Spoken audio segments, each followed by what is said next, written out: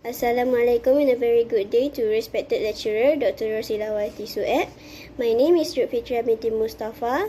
Today I will be presenting my research on how teachers' strategies and communication practice support student engagement and achievement in classroom-based assessment or CBA. The objectives of the study are threefold. Number one, it aims to identify the key strategies teachers use to create a positive, collaborative, and multicultural classroom environment. Number two, it explores the intervention that teachers apply to address student difficulties such as anxiety and low achievement. And lastly, it analyzes the way in which teachers communicate with students and fellow teachers through speaking, listening, and non-verbal communication. The research questions that guide the study are also divided into three parts. Number one, it asks what primary school teacher can do to make the classroom environment positive and conducive for the effective implementation of CBA.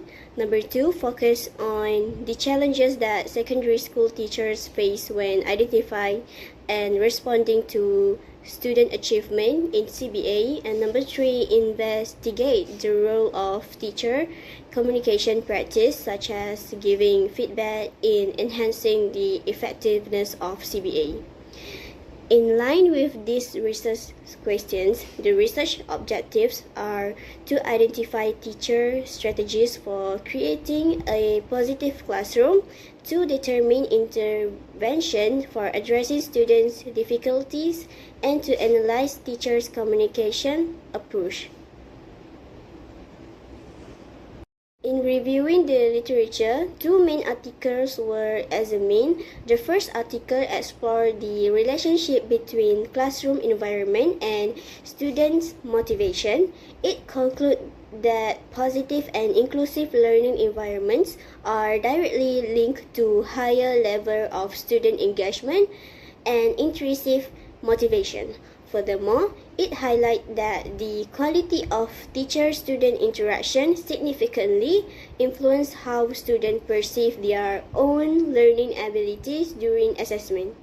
This study used a mixed method approach, including questionnaires and semi-structured interviews. The second article focused on the role of teacher empathy in enhancing students' engagement and achievement. It found that teachers who prioritize students' emotional well-being experience a significant reduction in students' anxiety during assessment. The articles also emphasized that teachers who use active listening and low-risk feedback help low-achieving students reconnecting with the curriculum. This study relied on qualitative analysis of teacher-student interaction in diverse classrooms. Several theories support the strategy used in classroom-based assessment. Number one, Bandura's social cognitive theory emphasizes the importance of self-efficacy. Students build confidence and belief in their ability to succeed through small mastery experience. This theory is reflected in Cikgu Zaipila's approach, where she gives simple tasks to low-achieving students before moving on to more challenging topics.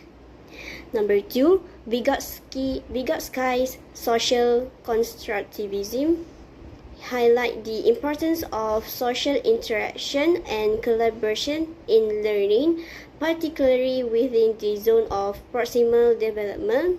This can be seen in Cikgu Zaipila's use of mixed ability groups, combining strong, average, and weak students so they can provide peer support to each other.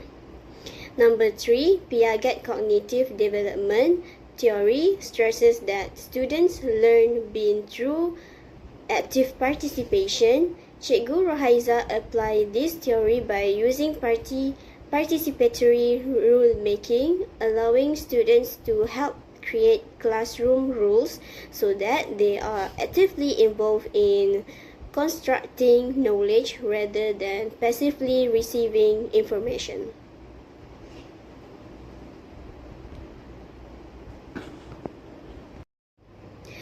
This study used a qualitative research design with a focus on descriptive analysis to explore teacher strategies in classroom-based assessment.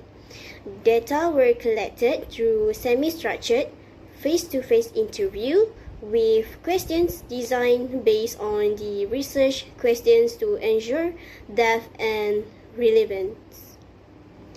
The teachers interviewed were two experienced educators. The first is Hajah Puan Zabila Binti Abdul Qadir, a retired mathematics teacher with 29 years of teaching experience. The second is Puan Siti Rahaiza, an in-service catering and serving teacher with 20 years of experience. These two teachers provided insight into both primary and secondary contexts. These are the interview questions used in the interview session with Cikgu Zaipila and Cikgu Rahaiza.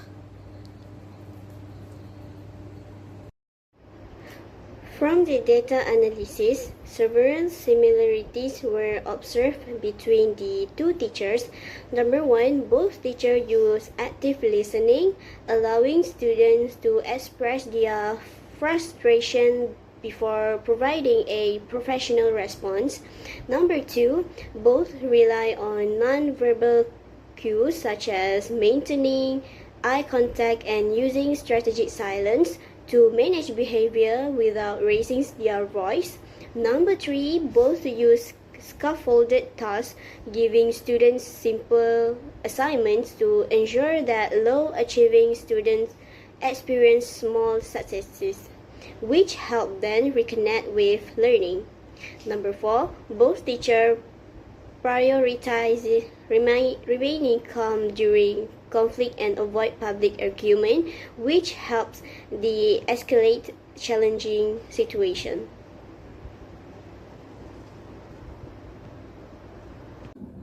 Macam dengan pelajar yang emosional yang baru ni lah, kita kena bagi dia ruang. Kita jangan lawan dulu. Kita bagi dia bercakap, luahkan apa yang dia nak rasa. Kalau dia nak cakap nada tinggi pun kita biar dulu. Kemudian lepas tu barulah kita bagi kita punya pendapat ataupun idea. Macam itulah. Okay. Soalan. Despite the similarities, there were notable differences in their strategies. Firstly, regarding classroom readiness, Teacher 1 focused on physical order such as cleanliness and duty schedules before starting the lesson, where Teacher 2 emphasized democratic rule-making, allowing students to vote on classroom rules. Secondly, in terms of student support, Teacher 1 checks on the holistic welfare of the students, including their health and hunger, while Teacher 2 uses warm greetings and posture adjustment to reduce the power gap between teacher and students. Thirdly, for space control, Teacher 1 may move a student's desk closer to improve focus, where Teacher 2 manage transition using visual cue and strategic silence. Bagi cikgu, yang pertama sekali kita kena melibatkan pelajar secara langsung dalam proses menghasilkan peraturan kelas. Di mana kita perlu buat perbincangan kumpulan atau kita panggil sebagai class arrangement. Di mana peraturan yang kita cadangkan untuk kelas tu kita boleh senaraikan semua peraturan, lepas tu kita buat undian supaya di situ dapat mencapai kesepakatan dan persetujuan oleh semua pelajar. The thematic analysis revealed three main areas. Firstly, for creating a positive and conducive classroom environment, teachers focus on environmental readiness, democratic setup, and holistic care. Secondly, the challenges in identifying student achievement include gaps in student confidence, differences in individual learning pace, and the need for time-intensive monitoring. Thirdly, teacher communication and feedback are essential, with active listening, mastery of nonverbal cue, and posture adjustment playing a critical role in effective classroom management and assessment. Saya akan tengok dulu keadaan pelajar dan keadaan kelas. Pastikan kelas tu bersih dan ceria. Jika masih belum bersih, pastikan pelajar membersihkan kelas dulu. Saya tidak akan mulakan PDPC selagi saya tidak puas hati dengan keadaan kelas. Di mana peraturan yang kita cadangkan untuk kelas tu, kita boleh senaraikan semua peraturan. Lepas tu kita buat undian supaya di situ dapat mencapai kesepakatan dan persetujuan oleh semua pelajar. Bila masuk kelas, saya akan tanya dulu pelajar keadaan kesihatannya hari itu, dah makan ke belum, ada yang nak ke tandas ke, saya tanya dulu. Kemudian saya bilang dulu pelajar saya, kalau ada 20 orang, bilang satu-satu, pastikan cukup bilangan. Kalau yang tak ada, saya akan tanya, tak hadir ke ataupun keluar. These findings are supported by existing literature and educational theory. Number 1, social-emotional scaffolding shows that addressing students' emotion before learning helps them assess the cognitive domain more effectively. For example, teacher 1 ensure a conducive environment by checking students' basic needs such as hunger and health before starting CBA tasks. Number 2, leadership dynamics and aura indicate that effective management comes from the teacher professional experience and personal demeanor. Teacher 1 maintains a professional aura by staying calm during conflicts, modeling behavior for students to mirror.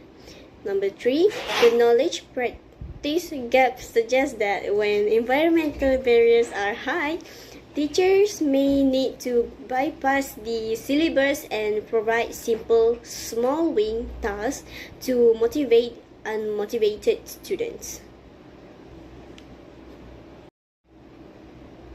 In conclusion, the study found that teachers play a crucial role in creating a positive, collaborative, and multicultural classroom environment that supports teaching and learning.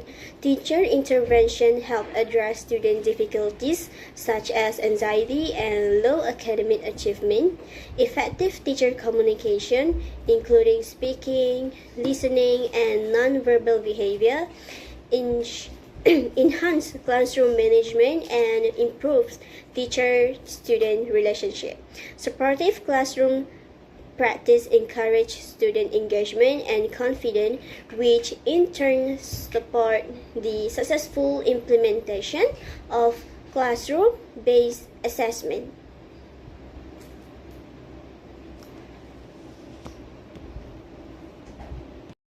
For future research, studies could explore teacher strategies in different school contexts or level to see how strategies vary. They could also examine the impact of teachers' verbal and nonverbal communication on students' engagement and participation. Finally, future research could investigate how teachers manage communication and classroom strategies in multicultural learning environments. The study provides several recommendations. Firstly, the Ministry of Education should provide continuous professional developments focusing on positive classroom management, teacher communication skill, and effective CBA practice. Secondly, state education departments should monitor CBA implementation and guide teachers in interventions to address student anxiety and low achievement. Thirdly, district education office can conduct workshops and mentoring programs to help teachers create positive, collaborative, and multicultural classroom. Lastly, schools should promote effective communication practice among teachers and ensure consistency and fairness in classroom management and assessment. That's all for me. Thank you for your attention.